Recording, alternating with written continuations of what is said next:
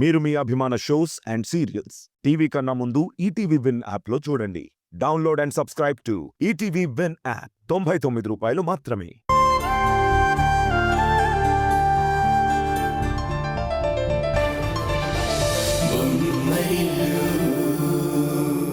ఇందాకటి నుంచి అరుస్తున్నాను, రిప్లై ఇవ్వటం లేదు. న్యూస్ ప్రింట్ చేసే విషయం గురించి ఇప్పుడే అత్తయ్య గారితో మాట్లాడాను. ఇంతకీ మేడం ఏమన్నారు? అత్తయ్య గారు న్యూస్ ప్రింట్ చేయమని చెప్పారు. నిజంగానా మేడం? నిజంగా కిరణ్మయి గారు ఈ న్యూస్ ప్రింట్ చేయమని చెప్పారా? నేనెందుకు అబద్ధం చెప్తాను? అత్తయ్య గారు చెప్పిన మాటని మీకు చెప్తున్నాను. చచా, మీరు అబద్ధం చెప్తున్నారని కాదు మేడం, ఇంత ఇంపార్టెంట్ విషయం నిజంగానే ప్రింట్ చేయమన్నారా అని. సరే అయితే ప్రింట్ చేస్తాను. ప్రింట్ చేయండి, ఏ డౌట్స్ వద్దు. Okay madam.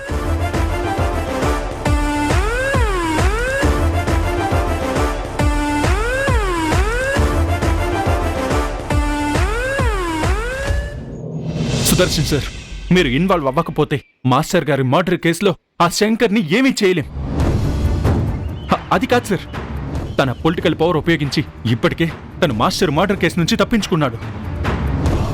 సార్ ప్లీజ్, అతని కేసు నుంచి తప్పించుకోకుండా ఉండాలి అంటే మీలాంటి పొలిటీషియన్స్ వల్లే అవుతుంది. సార్ సార్ నేను చెప్పేది వినండి సార్, ప్లీజ్ ప్లీజ్ సార్.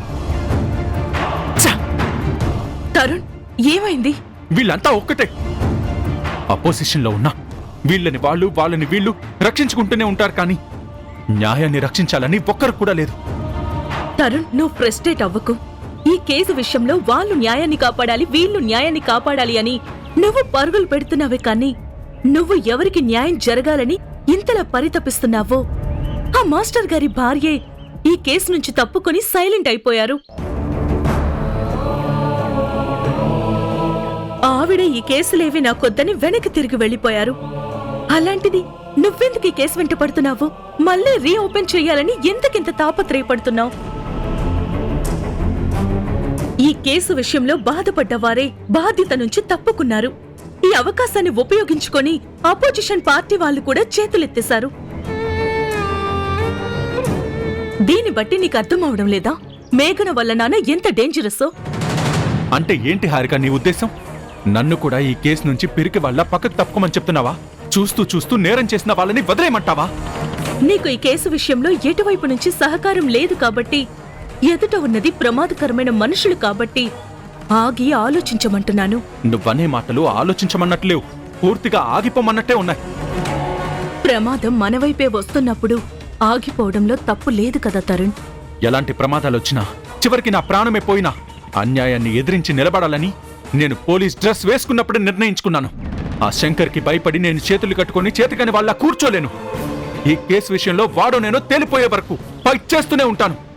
అది కాదు తరుణ్, నా ఉద్దేశం నువ్వు చిక్కుల్లో పడి. హారిక, ఇలాంటి పిరికి మాటలు ఇంకా మాట్లాడొద్దు. ఇంత పిరికిగా ఆలోచిస్తూ నా చేతులు కట్టేసి నన్ను కూడా చేతకాని వాణ్ణి చేయొద్దు. నేను నా గురించి ఆలోచిస్తూ సెల్ఫిష్ పోలీస్గా మిగిలిపోతే రేపు మనకి పుట్టబోయే పిల్లలకి నువ్వు ఏం చెప్పాల్సి వస్తుందో తెలుసా? మీ నాన్న ఒక పిరికివాడని చెప్పాలి. చెప్తావా?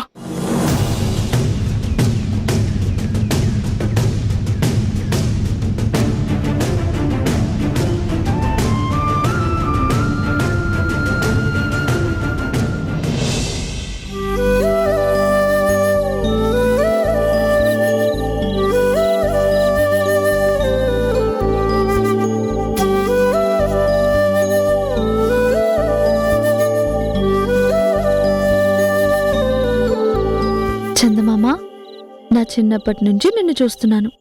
నువ్వెందుకు బోరు కొట్టవు? పైగా నేను రాసిన ఎన్నో కవితలకి నువ్వే ఇన్స్పిరేషన్ ఇచ్చావు. ఇప్పుడు కూడా నిన్ను చూస్తుంటే ఏదో కవిత రాయాలని మనసు ఆరాటపడుతోంది.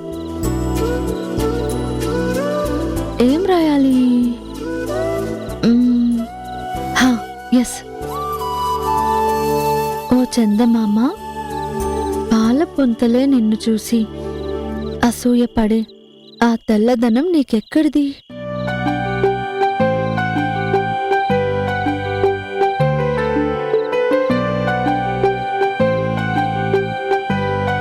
మనసుని క్షణాల్లో మైమరిపింపజేసి ఆ చల్లదనం నీకెక్కడిది? తాకగానే మానవ జాతికి మైకం తెచ్చే ఆ వెన్నెల కిరణాలు నీకెక్కడివి? భూమి చుట్టూ నువ్వు తిరుగుతున్నా, నీ చుట్టూ మా హృదయాలు తిరిగేలా చేస్తున్నా. ఆ మాయ నీకెక్కడిది?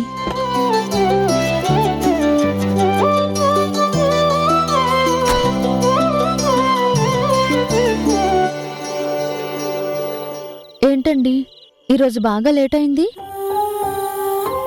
ఆఫీస్లో పని ఎక్కువగా ఉంది, బాగా టైర్డ్ అయిపోయాను. మనసుకు నచ్చిన పని చేయడంలో ఎంత కష్టం ఉన్నా అలసట ఉండదు, పైగా ఎంజాయ్ చేస్తూ చేయొచ్చు. అత్తయ్య గారు మిమ్మల్ని సక్సెస్ఫుల్ బిజినెస్ మ్యాన్గా చూడాలని మీ దారి మార్చారు, కానీ నేను మీలో ఉన్న సంగీతాన్ని నిద్రలేపుతాను. మళ్ళీ మిమ్మల్ని ఒక మంచి గాయకుడిగా సంగీత ప్రపంచంలోకి తీసుకువెళ్తాను.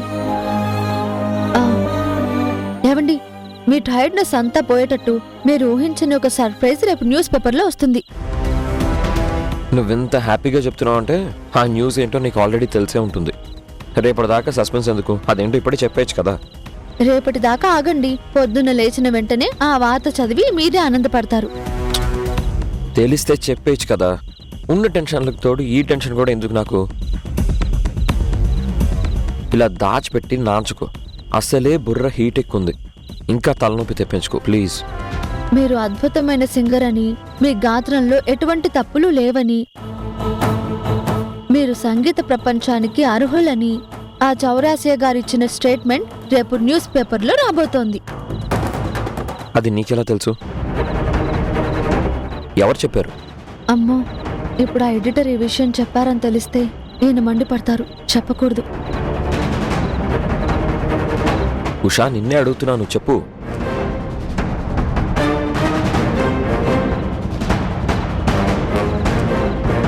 నువ్వు ఇంకా చౌరాసియా గారికి టచ్లో ఉన్నావా? మీరు నా మాట నమ్మరని నాకు తెలుసు, అందుకే రేపు ఉదయం దాకా ఆగమని చెప్పాను. ఇక్కడ నమ్మకాల గురించి కాదు ప్రశ్న. వదిలేసిన విషయాన్ని పదే పదే ఎందుకు తవ్వుతున్నావు అనేది ప్రశ్న. మన ఇద్దరికే కాకుండా అమ్మకు కూడా తలపోటు కలిగించే పనులు ఎందుకు చేస్తున్నావు? మన ఇబ్బందులన్నీ పోగొట్టుకోవాలని నేను ఈ ప్రయత్నం చేస్తున్నానండి. అడిగిన దానికి ఆన్సర్ చెప్పకుండా ఏం ఆలోచిస్తున్నావు? మీరు నేను ఎందుకు ఇలా చేస్తున్నానని అడుగుతున్నారు. నేను మన మంచి కోసమే చేస్తున్నానని అనుకుంటున్నాను. మీరు నేను ఇబ్బంది పెడుతున్నానని అనుకుంటున్నారు. నేను మన ఇబ్బందులన్నీ పోగొట్టాలని ప్రయత్నిస్తున్నాను. రేపు ఉదయం దాకా ఆగండి, న్యూస్ వచ్చాక మీకే అర్థమవుతుంది. నేను ఇబ్బంది పెడుతున్నాను, మీ ఇబ్బందిని పోగొడుతున్నాను. సరే చూద్దాం, రేపైతే పేపర్లో రాని ముందు.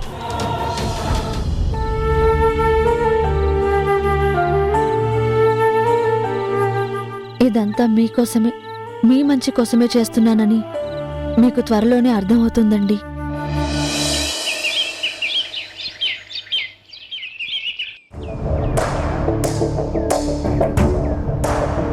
ఈరోజు న్యూస్ పేపర్ ఇంకా రాలేదేంటి? ఎడిటర్ ఆ న్యూస్ చెప్పినప్పటి నుంచి పేపర్లో ఆ న్యూస్ ఎప్పుడొస్తుందా, ఎప్పుడెప్పుడు ఆ న్యూస్ చూస్తానా అని ఎగ్జైట్మెంట్తో రాత్రంతా సరిగ్గా నిద్ర కూడా పట్టలేదు. పేపర్ ఎప్పుడొస్తుందో ఏంటో.